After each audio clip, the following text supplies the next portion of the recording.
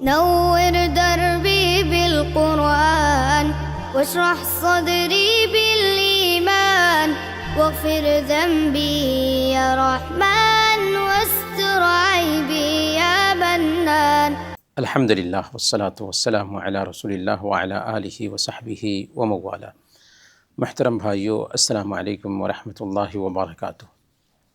ہم جانتے ہیں آیات جو حالات میں اتری.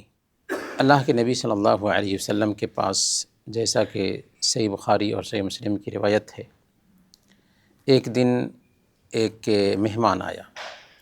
آپ نے کسی بھی بیوی کے گھر میں اتنا کھانا نہیں پایا کہ ایک مہمان کی ضیافت کے لیے کافی ہو سکے.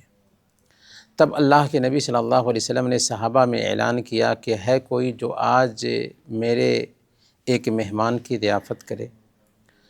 تو حضرت ابو طلحہ انصاری رضی اللہ تعالی عنہ اٹھے اور انہوں نے کہا کہ ہاں یا رسول اللہ، میں آج ضیافت کروں گا.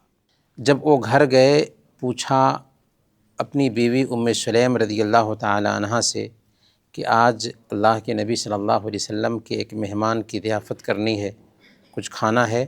انہوں نے کہا کہ بچوں کے کھانے کے لائق ہو سکتا ہے اور بس.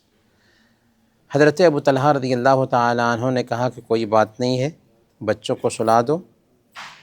اور جب مہمان آئے کھانا کھانے کے لیے تو چراغ کو ٹھیک کرنے کے بہانے چراغ کو بجھا دینا اور ہم ظاہر کریں گے کہ ہم مہمان کے ساتھ کھانا کھا رہے ہیں. چنانچہ ویسے ہی کیا، بچوں کو سلا دیا گیا.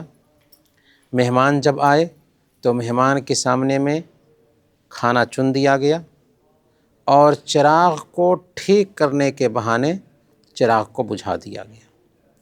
حضرت ابو طلحہ رضی اللہ تعالی عنہ مہمان کے ساتھ بیٹھ کر کے ظاہر کرتے رہے کہ وہ کھانا کھا رہے ہیں. مہمان بھی سمجھ رہا تھا کہ وہ کھانا کھا رہے ہیں ہمارے ساتھ، لیکن وہ کھانا نہیں کھا رہے تھے. مہمان پیٹ بھر کر کے کھانا کھا لیتا ہے. کل ہو کر کے حضرت ابو طلحہ رضی اللہ تعالی عنہ جب اللہ کے نبی صلی اللہ علیہ وسلم کے پاس جاتے ہیں تو اللہ کے نبی صلی اللہ علیہ وسلم فرماتے ہیں کہ اے ابو طلحہ، تم شوہر بیوی کے عمل سے اللہ تعالی بہت خوش ہوا. اور اسی پس منظر میں اللہ تعالی نے یہ آیت کریمہ سورہ الحشر آیت نمبر 9 نازل فرمائی، وَيُؤْثِرُونَ عَلَىٰ أَنفُسِهِمْ وَلَوْ كَانَ بِهِمْ خَصَاصَةٌ. اور وہ انصار اپنی جانوں پر دوسروں کو ترجیح دیتے ہیں، چاہے خود فاقے سے ہوں، خود تنگ دست ہوں، خود محتاج ہوں. تو یہ صحابہ کرام کا طریقہ تھا کہ خود بھوکے رہ کر دوسروں کو کھلاتے تھے.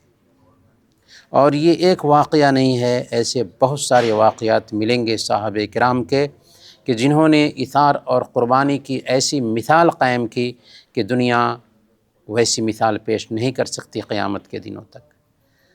غزوہ یرموک کا واقعہ ہے. حذیفہ العدوی رضی اللہ تعالی عنہ کہتے ہیں کہ میرے پاس پانی تھا. میں اپنے چچاداد بھائی کو تلاش کرتے ہوئے گیا کہ ان کو دیکھوں تو زخمی ہیں تو ان کو پلا دوں. میں نے ان کو پا لیا. جب میں ان کے پاس پہنچا تو بہت زیادہ وہ پانی کی تلاش میں تھے، بہت زیادہ پریشان تھے. میں ان کو پانی دینا چاہا کہ آگے سے کراہنے کی آواز آئی. انہوں نے کہا کہ نہیں، ان کو دو. چنانچہ جب دوسرے آدمی کے پاس پانی لے کر کے گیا تو پھر اور آگے سے کراہنے کی آواز آئی. دوسرے آدمی نے کہا کہ نہیں، ان کو پہلے دو. چنانچہ میں تیسرے آدمی کے پاس گیا تو ان کی موت ہو چکی تھی. پھر دوسرے آدمی کے پاس لوٹ کر آیا، ان کی بھی موت ہو چکی تھی. پھر تیسرے اپنے چچا زاد بھائی کے پاس لوٹ کر آیا تو ان کی بھی موت ہو چکی تھی. تو یہ تھے صحابہ جو اپنے آپ پہ دوسروں کو ترجیح دیتے تھے. جنگ احد کا واقعہ ہے. حضرت انس رضی اللہ تعالی عنہ کہتے ہیں کہ میرے چچا انس بن نضر رضی اللہ تعالی عنہ جنگ بدر میں شریک نہیں ہو سکے تھے. وہ کہتے تھے کہ اس کے بعد اگر میں کسی جنگ میں شریک ہوا تو اللہ دیکھے گا کہ میں کیا کرتا ہوں. چنانچہ جب جنگ احد عمل میں آئی تو حضرت انس بن نضر رضی اللہ تعالیٰ عنہ کہتے ہیں واہن لریح الجنہ اجدہ دون احد، واہ واہ کیا بات ہے کہ احد کے پیچھے میں جنت کی خوشبو محسوس کر رہا ہوں۔ پھر حضرت انس بن نضر رضی اللہ تعالیٰ عنہ داد شجاعت دیتے ہیں اور اس قدر شجاعت کا مظاہرہ کرتے ہیں کہ ان کے بدن پر 80 سے زائد تلوار، نیزے اور تیر کے زخم آئے۔